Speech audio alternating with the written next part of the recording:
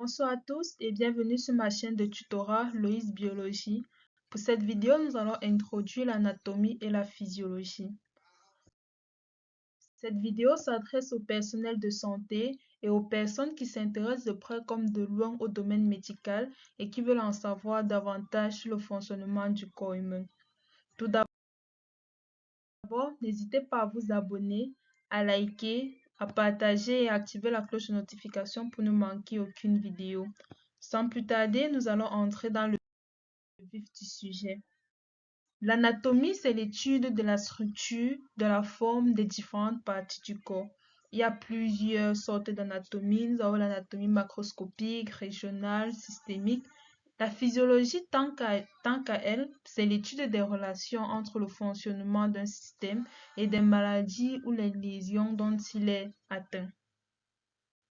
Il est important de savoir la relation entre ces deux sciences, l'anatomie et la physiologie, car elles sont intimement liées.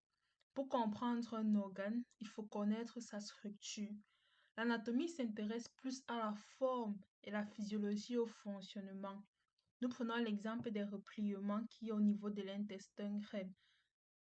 Les repliements, c'est du domaine anatomique, mais connaître cela nous permet de mieux comprendre le fonctionnement puisque ces repliements ont pour but de propulser les aliments et permettre ainsi leur absorption. Donc, être en mesure de connaître la structure d'un organe nous oriente beaucoup plus sur son fonctionnement. Les êtres vivants, c'est tout ce qui définit le vivant qui est propre à celui-ci. Il est doté d'une grande organisation avec des limites à l'intérieur duquel on retrouve également tout un métabolisme. Le métabolisme qui est l'ensemble de toutes les réactions qui se déroulent dans l'organisme. Nous avons l'anabolisme qui est la synthèse, la fabrication. On quitte de petites molécules qui vont s'unir pour pouvoir former de grosses molécules. À l'exemple des acides aminés qui vont se regrouper pour pouvoir former la protéine. Nous avons le catabolisme, lui qui est plutôt la dégradation, la décomposition. On quitte de grosses molécules qui vont se décomposer pour donner plusieurs petites molécules. Toujours, si on prend le même exemple de la protéine, lorsqu'on consomme un aliment qui est riche en protéines, une fois qu'on a ingéré cet aliment, il va être décomposé dans le corps humain et il va donner plusieurs acides aminés. Nous avons également la croissance, le développement, l'excitabilité, qui est la capacité de réagir face aux changements, soit internes ou externes. Quand tu touches un objet chaud, c'est cette capacité d'excitabilité que l'on a qui nous permet de réagir face à cela. Nous avons la régulation. Quand ça ne va pas, quand il y a un dysfonctionnement au niveau du corps, la régulation permet de maintenir l'équilibre qu'on appelle l'homéostasie. Vous avez également la reproduction qui est une caractéristique propre aux êtres vivants du corps humain. Le niveau d'organisation du corps humain nous permet de savoir d'où l'on vient. Ça nous permet de savoir comment est formé le corps humain. Tout d'abord, tout va des atomes. Nous avons le niveau chimique. Les atomes qui se sont regroupés, ils ont formé des molécules, plusieurs molécules qui se sont formées et qui ont donné des macromolécules, ainsi que plus tard des organites. Ensuite, lorsque plusieurs éléments chimiques se sont regroupés, on a eu ce qu'on appelle la cellule. La cellule, c'est comme nous pouvons le voir ici, elle est constituée de plusieurs organites. Donc, c'est le regroupement de plusieurs organites qui forment la cellule. Ensuite, quand on a eu la cellule, plusieurs cellules se sont regroupées pour qu'on puisse avoir le niveau tissulaire. Donc, le niveau tissulaire, qui est encore tissu, c'est le regroupement de plusieurs cellules. Ensuite, lorsque plusieurs tissus se sont regroupés, on a eu ce qu'on appelle les organes. Et lorsque plusieurs organes se regroupent, on a ce qu'on appelle les systèmes. Et le regroupement de plusieurs systèmes a donné ce que nous avons aujourd'hui, que tout le monde voit, le corps humain, qui est encore le niveau de l'organisme. C'est comme nous pouvons voir sur cette photo, plusieurs atomes se sont regroupés, ils ont formé la molécule. Ensuite, nous avons eu les macromolécules. Ensuite, nous avons eu plusieurs organites. Quand plusieurs organismes se sont regroupés, on a eu la cellule. Et lorsque plusieurs cellules se sont regroupées, on a eu les tissus. Lorsque plusieurs tissus se sont regroupés, on a eu le niveau des organes. Lorsque plusieurs organes se sont regroupés, on a eu ce qu'on appelle les systèmes. Et lorsque plusieurs systèmes se regroupent, on a ce qu'on appelle le corps humain. Important de savoir que tous ces systèmes, depuis le niveau chimique jusqu'au niveau de l'organisme, ils travaillent tous ensemble pour pouvoir maintenir un équilibre qu'on appelle l'équilibre du corps, le myostasie. Au fil des différentes vidéos, nous allons entrer plus en détail des différents systèmes comme le système digestif, le système respiratoire, le système cardiovasculaire, le système documentaire, le système lymphatique, le système endocrinien, le système urinaire, le système reproducteur masculin et féminin, le système musculaire, le système squelettique et le système nerveux. Le système tegumentaire, c'est la peau, les cheveux, les ongles. Ils ont un rôle dans la protection, dans la régulation de la température. Le système squelettique, c'est les os. C'est un rôle en ce qui concerne la protection, le soutien. Également, c'est lui qui constitue la charpente du corps humain. Le système squelettique, c'est les muscles et c'est un rôle également pour générer de la chaleur, pour produire le mouvement. Le système nerveux, c'est les organes, le cerveau, la moelle épinière, les nerfs. Son rôle, c'est vraiment de contrôler tous les organes et ainsi, il a un rôle également dans l'intelligence, la mémoire, la conscience. Euh, le système endocrinien, c'est vraiment plus les hormones. Tout ce qui a trait aux hormones, on va l'étudier dans le système endocrinien. Le système cardiovasculaire, son rôle, c'est dans le transport du sang. Donc, qui dit transport du sang, dit transport des nutriments, des gaz respiratoires, des déchets. Donc, on va voir tout cela dans le système cardiovasculaire. Le système lymphatique, ça entre vraiment au niveau de la circulation de la lymphe, les vaisseaux lymphatiques. Ça regroupe les ganglions, la rate, les vaisseaux lymphatiques. Le système respiratoire, c'est vraiment les poumons, le nez qui interviennent dans la respiration et dans les échanges gazeux. Nous avons le système urinaire. Le système urinaire qui a un rôle de filtre, c'est lui qui permet d'éliminer les déchets du sang, dont on a vraiment les reins, la vessie, l'urètre. Le système digestif, c'est lui qui intervient dans la digestion, l'absorption des nutriments, dont on a les glandes salivaires, l'œsophage, le foie, l'estomac, l'intestin grêle. Tous ces organes interviennent dans le système digestif. Euh, le système génital, homme et femelle, comme on le sait, ce sont eux qui vont intervenir dans la reproduction. Donc, comme on a la prostate, les testicules, les ovaires, ce sont les organes qui vont intervenir dans le système génital mâle et femelle.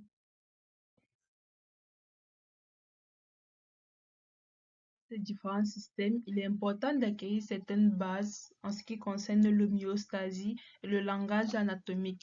Le langage anatomique sera abordé dans une prochaine vidéo. L'homéostasie, c'est la capacité de l'organisme à maintenir un environnement interne stable malgré les modifications internes ou externes, comme la température, le pH, la glycémie. Pour pouvoir maintenir cet équilibre, il y a plusieurs facteurs qui entrent en jeu. Par exemple, nous avons un stimuli qui est la modification d'une variable. Lorsqu'il y a un déséquilibre, c'est le stimuli. Ce déséquilibre est donc détecté par le récepteur. Et lorsque le récepteur va donc détecter ce changement, il va envoyer l'information au centre de régulation. Le centre de régulation, lui, va interpréter les données, il va amorcer les changements par l'intermédiaire d'un message envoyé à l'effecteur. L'effecteur, lui, c'est la structure qui réalise le changement et la réponse, c'est l'action sur la variable qui va faire en sorte que l'on revient à l'équilibre. On peut prendre l'exemple dans une entreprise, il y a un employé qui arrive en retard. L'employé en retard, c'est le stimuli, c'est le changement, c'est le déséquilibre. Le vigile se rend compte qu'un employé est en retard et il communique cela au patron. Donc le vigile, c'est le récepteur et le fait qu'il aille dire cela au patron, c'est le fait qu'il envoie le message. Le centre de régulation, c'est le patron parce que c'est lui qui va choisir les sentences à appliquer. Donc, il va peut-être dire on ne paye pas son loyer pour son heure de retard. Et il va donc dire cela au comptable et c'est le comptable qui va bloquer son salaire. Donc le comptable, lui, c'est l'effecteur, c'est lui qui va donc réaliser le changement. Et la réponse, ça serait le fait que l'employeur va décider de ne plus arriver en retard parce qu'il y a eu une répercussion. Pour une meilleure compréhension, on peut voir les choses de cette façon. Deux types de régulation. Il y a la régulation par rétro-inhibition et la régulation par rétroactivation. Régulation par rétro-inhibition. Ici, l'action du système homéostatique va toujours à l'opposé du stimulus. L'objectif étant de retourner la variable au niveau de base de référence. Le niveau de référence elle n'est pas constante, mais elle fluctue plutôt autour d'une valeur de référence, comme la température, que nous savons que la valeur de référence elle va de 6,5 à 7,5 degrés Celsius. Donc, si donc la température augmente, le but de l'homéostasie, ce sera de ramener la température à la valeur de référence. Nous allons prendre l'exemple d'une personne qui se retrouve dans le froid. Le froid abaisse la température corporelle et cette baisse de la température va être perçue par les récepteurs sensoriels de la peau. Les récepteurs sensoriels donc vont envoyer l'information au centre de régulation, à l'hypothalamus pour dire il y a un problème, la température du corps n'est pas normale. Lorsque l'hypothalamus va donc recevoir l'information, il va donc agir, analyser l'information et il va donc euh, envoyer l'information à différents organes pour que chacun puisse agir afin de faire remonter la température corporelle. Quand il va donc envoyer les commandes aux effecteurs, il y aura ce qu'on appelle une vasoconstriction. La vasoconstriction, c'est lorsque les vaisseaux sanguins se contractent afin de maintenir la température corporelle. Nous avons les glandes sudoripares qui vont devenir inactives, les muscles squelettiques vont se contracter pour provoquer des frissons, pour pouvoir produire la chaleur, ainsi de suite. Tout cela dans le but de pouvoir conserver la chaleur. Et lorsqu'il y aura donc cette conservation de la chaleur, la température corporelle va pouvoir revenir à la normale. La diminution de la température corporelle déclenche donc un mécanisme de rétro-inhibition, puisque le but est de pouvoir revenir à la valeur normale qui est l'homéostasie. On ne veut pas une valeur qui soit trop basse ou qui soit trop élevée, mais on veut une valeur stable. La régulation par rétroactivation et si le stimulus est renforcé dans la même direction jusqu'à ce que survienne un événement cumulant à la suite duquel l'organisme revient à l'homéostasie. Nous avons l'exemple de l'allaitement, l'accouchement, la coagulation sanguine. Si on prend l'exemple de l'accouchement, l'homéostasie est produite par l'hypothalamus, ce qui va augmenter la pression et amplifier les contractions utérines et le bébé, ce qui va faire en sorte que le bébé puisse sortir. Lorsque le bébé sera sorti, tout va donc revenir à la normale, tout va revenir à l'équilibre. Nous allons prendre un deuxième exemple pour la maman qui allait. Le stimulus, c'est lorsque le bébé tète le sein de sa maman. C'est un déséquilibre au niveau du corps. Maintenant, les récepteurs sensoriels de la peau vont donc percevoir le tété, ce déséquilibre. Ils vont donc envoyer le message à l'hypothalamus. L'hypothalamus donc va traiter l'information et il va signaler à la neurohypophyse de libérer de l'ocytocine. Une fois donc que l'ocytocine sera libérée dans le sang, cela va stimuler les cellules musculaires qui entourent les glandes du sel et qui provoquent l'éjection du lait. Comme réponse, on aura donc le lait qui sera éjecté. Au fur et à mesure que le lait est éjecté, l'enfant peut continuer à téter et le mécanisme va continuellement se reproduire aussi longtemps que l'enfant va téter.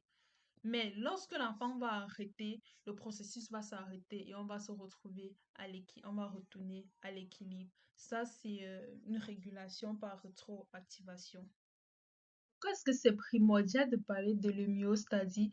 Parce que l'homéostasie, c'est la base de la santé. Lorsqu'il n'y a pas d'équilibre, officiellement, on va tomber malade.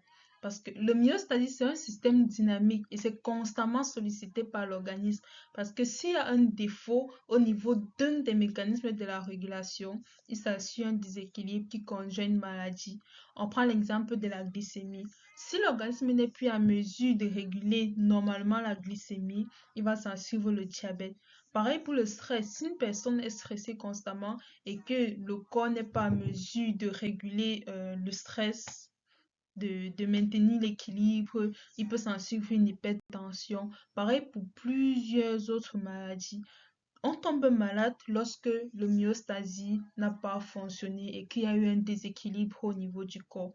D'où l'importance de parler de l'homéostasie. C'était tout pour cette vidéo. Merci pour votre attention. N'hésitez pas encore à vous abonner, à liker et je vous revois pour une prochaine vidéo. À tout à l'heure.